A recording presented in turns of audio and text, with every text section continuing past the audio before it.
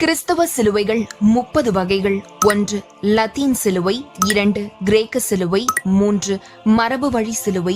4. மரியன்னை சிலுவை. 5. போப்பின் சிலுவை. 6. சலீம் சிலுவை. 7. திருச்சிலுவை. 8.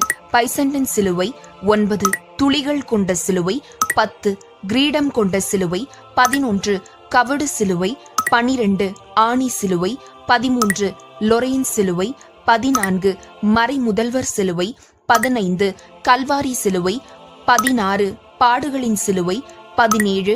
சூரிய சிலுவை. 18. உயிர்த்தெழுதல் சிலுவை. 19.